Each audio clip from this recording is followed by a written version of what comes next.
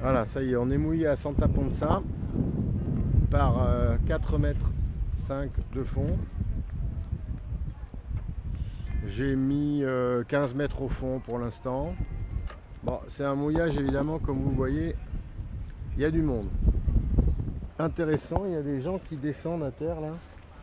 Apparemment, ils arrivent avec le bateau hors bord, mais quasiment à fleurement des rochers.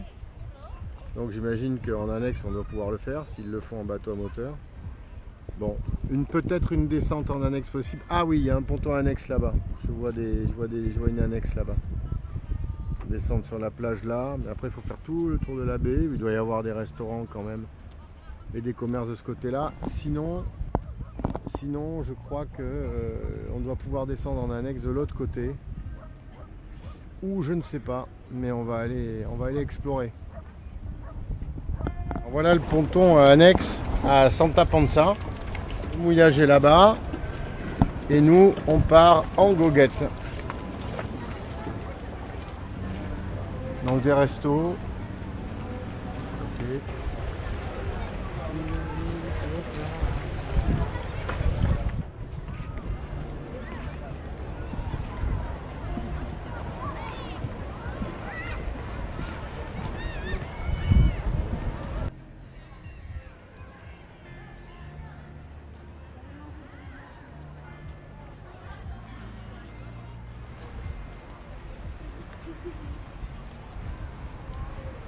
Là, vous le verrez pas, mais moi je vois Chamallow.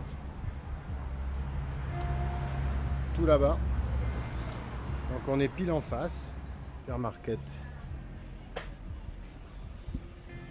Donc là, pour faire des courses, de l'avitaillement et tout ça, il n'y a pas de problème, il y a tout ce qu'il faut. Hein.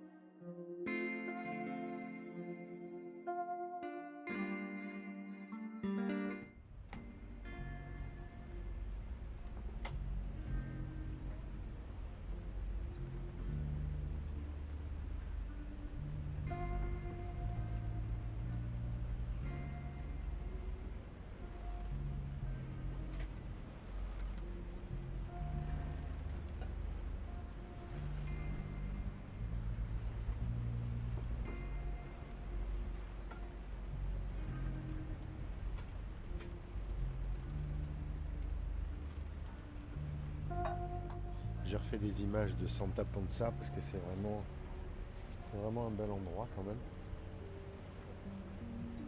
Pas quand même d'ailleurs, c'est vraiment un bel endroit.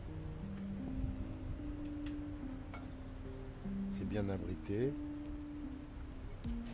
On est mouillé par 4 mètres 50 de fond. C'est du sable.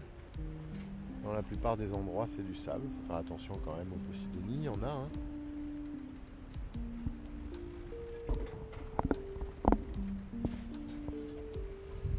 Pas mal de bateaux, c'est très touristique. Alors, d'un côté, ici, là, ce côté-là, on va dire le côté est, c'est plutôt résidentiel.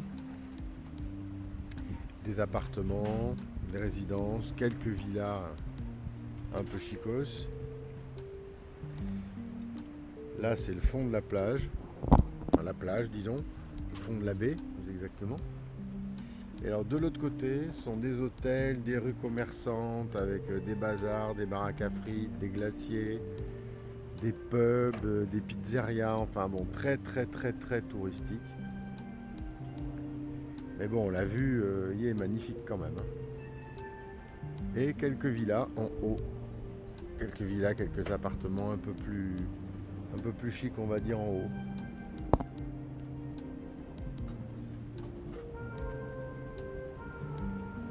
On y mouille à peu près partout. Il y a juste 2 endroits vraiment dangereux à surveiller, qui sont signalés d'ailleurs par 2 bouées jaunes de danger, 2 bouées d'est, 2 bouées d'ouest, car il y a des gros cailloux à une faible profondeur. Alors je suis passé avec l'annexe d'un côté puis de l'autre pour regarder un petit peu doucement. Il y a des cailloux des 2 côtés en fait. Bon, là il y a les bateaux de promenade.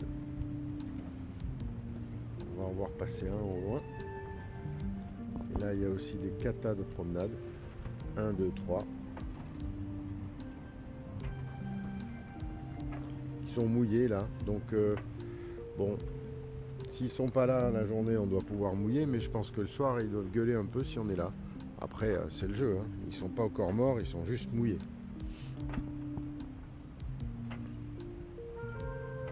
Bon là du coup on va repartir. Là vous êtes en plein soleil.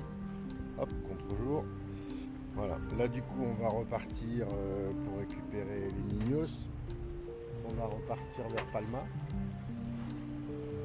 Là aujourd'hui on va repartir à la voile. S'il y a un peu de vent dehors, là, ici pour le moment c'est calme. Alors ce côté de l'île est très abrité du coup. Hein. Palma, Andrax, tous ces coins-là. Enfin c'est pour des gens qui ont le bateau en pleine tramontane, du Saint-Cyprien, le Cat et tout ça, venir ici et finir pratiquement par ne pas trop regarder la météo parce que c'est calme à plusieurs jours, pour nous c'est du jamais vu. Hein. Voilà. Enfin, on se pose quasiment pas la question de savoir si on part ou pas, mais enfin la plupart du temps c'est au moteur. Donc là on va repartir dans la baie de Palma, je crois qu'il y a une quinzaine de milles. Et on va essayer de mouiller dans la baie de Palma. Demain, nous avons réservé une place au port de la Lonja, au pied de la cathédrale, à Palma. Là. Ce qu'on avait fait l'année dernière, vous avez dû le voir, on le refait. Pour accueillir d'autres invités qui n'avaient pas pu en bénéficier. Bon, c'est un peu cher, c'est 120 € la nuit, c'est 20 € de plus que l'année dernière quand même, 20%. C'est un peu cher. Il y a un port un peu plus loin qui s'appelle le port Calanova. On va probablement l'essayer dans le courant des vacances là. Il est juste à un arrêt de bus de Palma et sur la même ligne de Palma pour aller à l'aéroport, donc ça permet de récupérer quand même les gens. Donc on va essayer ça. Voilà. Pour l'instant on va préparer le café, hein, c'est important. Le bateau lui il est prêt, on a remonté l'annexe, on l'a sécurisé. Voilà, donc à plus tard pour la nave. Encore quelques images de Santa Ponsa.